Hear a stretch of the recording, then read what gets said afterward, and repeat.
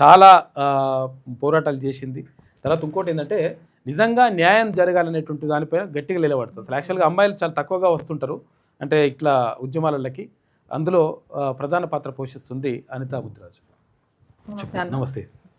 ఈరోజు రాష్ట్రంలో పరిస్థితులు చూసుకున్నట్లయితే నిరుద్యోగులను ఏమాత్రం పట్టించుకోవట్లేదు ఈ ప్రభుత్వం.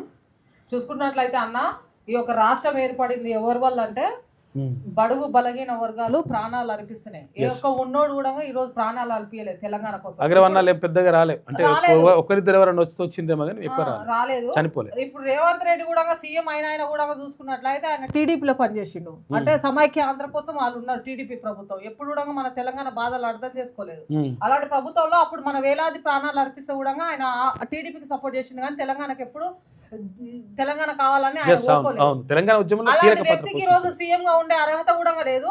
ఈ రోజు సీఎం అయిండు, అయినా కానీ మా యొక్క గోసలను అర్థం చేసుకుంటున్నాడు. ఏందన్నా మేము ఈ రోజు బిచ్చమాడుకోవాలన్నా నిరుద్యోగులం అంటే 20,000 నోటిఫికేషన్ ఏమంటే ఈ రోజు 7,000 నోటిఫికేషన్ వేసిండు. ప్రభుత్వం ఏర్పడ్డదే నిరుద్యోగుల వల్ల. ఎందుకంటే యాక్చువల్ గా కేసీఆర్ ప్రభుత్వం అప్పుడు బీఆర్ఎస్ ప్రభుత్వం ఉంటే మాకు నోటిఫికేషన్లు వస్తలేవు, మాకు అన్యాయం జరుగుతుందని చెప్పేసి ఆ ప్రభుత్వాన్ని పక్కకు పెట్టి వీళ్ళని తీసుకొచ్చి ఈ రోజు ఈయన తీసుకొస్తే కూడా ఈ రోజు మా వల్ల ఏర్పడినటువంటి తెలంగాణలో ఈయన ప్రభుత్వం కూడా మా వల్ల ఏర్పడింది.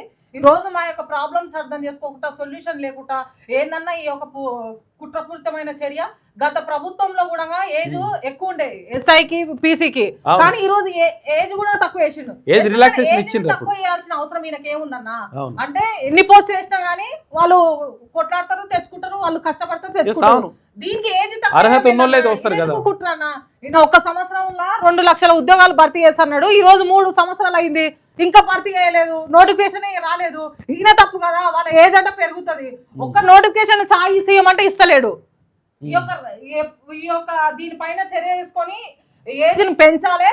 ఏజ్ని పెంచని ఏడలా ఉస్మానియా యూనివర్సిటీ ఒక ఉద్యమం ప్రారంభం అవుతుందని నేను దీని ద్వారా చెప్పదలుచుకున్నా. విషయం ఏంటంటే యాక్చువల్గా పోలీసు ఉద్యోగాలకు సంబంధించి ఎంత 30 ఏళ్ళు ఉందా? 34 తక్కువ. 30 ఏళ్ళు ఉన్న తర్వాత రిలాక్సేషన్ చూసుకుంటే 34 దాకా వస్తుంది. పీసీది ఒక 36, ఎస్ఐది ఒక 38 వేసి నోటిఫికేషన్ రిలీజ్ చేస్తే అందరికీ న్యాయం జరుగుతుంది. పెంచాలి యాక్చువల్గా పెంచాలని చెప్పేసి డిమాండ్ చేస్తున్నారు. ఎందుకంటే చాలా కాలం నుంచి నోటిఫికేషన్ లేక ఇబ్బందులు పడ్డారు కాబట్టి. నోటిఫికేషన్ లేకపోతే ఉద్యోగాలు కొట్టలేరు కదా. ఉద్యోగాలు కొట్టినటువంటి వాళ్ళకు ఏజ్ అయితే ఆగదు కదా. ఏజ్ ఈ సంవత్సరం కాకుండా ఈ సంవత్సరం 30 ఉంటే రేపు 31 అవుతుంది, ఇంకో సంవత్సరం 32 అవుతుంది.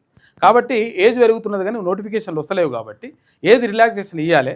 దానివల్ల ప్రభుత్వానికి పోయేది ఏం లేదు, మొత్తం మీద కుండలు ఎత్తుకపోయేది ఏం లేదు. ఎందుకంటే ఎవరైతే అర్హత ఉంటుందో, ఎవరైతే నిజంగా పరీక్ష రాస్తారో, ఎవరైతే నిజంగా అన్నిట్లలో అంటే పర్ఫెక్ట్గా ఉండి తర్వాత టాప్లో ఉంటారో వాళ్ళకి మాత్రమే ఉద్యోగాలు వస్తాయి.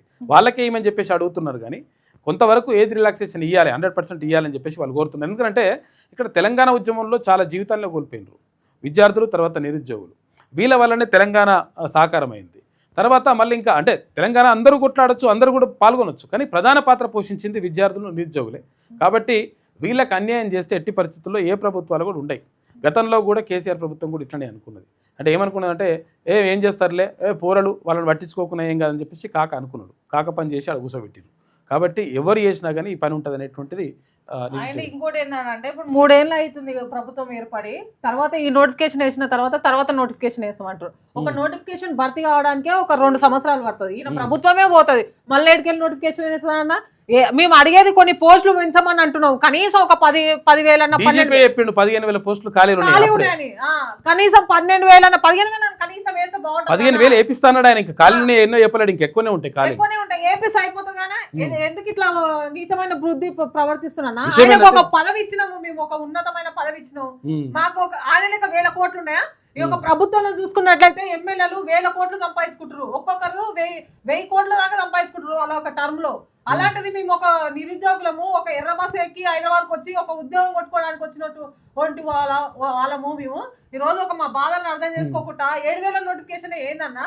ఇంకో విషయం ఏంటంటే యాక్చువల్గా 7,000 నోటిఫికేషన్ ఎందుకు వేస్తారంటే ఈసారి 7,000 వేసిన అనుకో 10 లక్షల మంది అప్లై చేస్తారు. అప్లై చేసినందుకు ఎంత ఉన్నది, ఫీజు ఎంత ఉంది? ఫీజు మినిమం ఉంటుంది అన్న ఒక 800-1000 రూపాయలు ఉంటుంది. ఆ, మనిషి 1000 రూపాయలు వసూలు చేస్తే ఏమైతే 10 లక్షల మంది దగ్గర 1000 రూపాయలు వసూలు చేసిరు అనుకో, ఎన్ని కోట్లు అయితే కొన్ని 100 కోట్లు అయితే. 100 కోట్ల. తర్వాత ఇంకొకటి ఏంటంటే తర్వాత ఇంకో నోటిఫికేషన్ అనుకో, మళ్ళీ ఇంకొన్ని కొన్ని 100 కోట్లు ఆ, వస్తాయి. ఈ ప్రభుత్వానికి ఆదాయం రావాలని చూస్తారా లేకపోతే నోటిఫికేషన్ వేయాలని చూస్తారో అర్థమైతలేదు. విషయం ఏంటంటే ఈ నిరుద్యోగులు చాలా ఇబ్బంది పడతారు. ఒక పూట తిని ఒక పూట తినక రకరకాల ఇబ్బందులు పడుకుంటా, కొంతమంది క్యాటరింగ్ చేస్తుంటారు, కొంతమంది పార్ట్ టైం జాబులు చేస్తుంటారు, రకరకాలుగా ఇట్లా ఇబ్బంది పడుకుంటే చేస్తుంటారు. ఏం అర్థం కాకుండా సపరేట్ కూర్చుంటే ఏం అర్థం కాదు. కాబట్టి నిరుద్యోగుల సమస్యలను 1000% పరిష్కరించాల్సిన అవసరం ఉంది. ఒక్కొక్క లైబ్రరీలో ఒక్కొక్క చదువుకోనికి ఎవరు వస్తలేరన్న.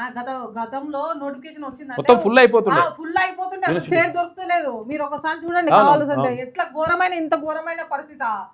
కాంగ్రెస్ అంటే గిదా ఏళ్ళ నాటి చరిత్ర ఉన్నటువంటి కాంగ్రెస్ చేస్తే గిట్లుంటే ఎవరన్నా నమ్ముతారా అన్న? ఇంకోసారి అధికారంలోకి వస్తుందా కాంగ్రెస్ ప్రభుత్వం? ప్రధానంగా ఏం డిమాండ్ చేస్తున్నారు? ప్రధానంగా మాకు నోటిఫికేషన్ ఎక్కువ రిలీజ్ అయ్యి తర్వాత ఏజ్ ను పెంచాలని చెప్తున్నాం అన్న. ఎక్కువ సంఖ్యలో పోస్టులను రిలీజ్ అయ్యి ఏదో తూతూ మంత్రంగా నోటిఫికేషన్ వేసి మళ్ళా ప్రభుత్వాన్ని ఏర్పాటు చేస్తామంటే అది నీ కళలో కూడా సాధ్యం కాదు. నిరుద్యోగులం అందరం కదలినా నీ యొక్క ప్రభుత్వాన్ని ఓడగొట్టడమే నెక్స్ట్ మా కర్తవ్యం. ఇప్పుడు నోటిఫికేషన్ అన్యాయం చేయకుండా మాకు కావాల్సిన పోస్టులు వేస్తే నీ ప్రభుత్వం వాళ్ళు వస్తుంది, లేకపోతే లేదు, గద్దె దింపుతాం.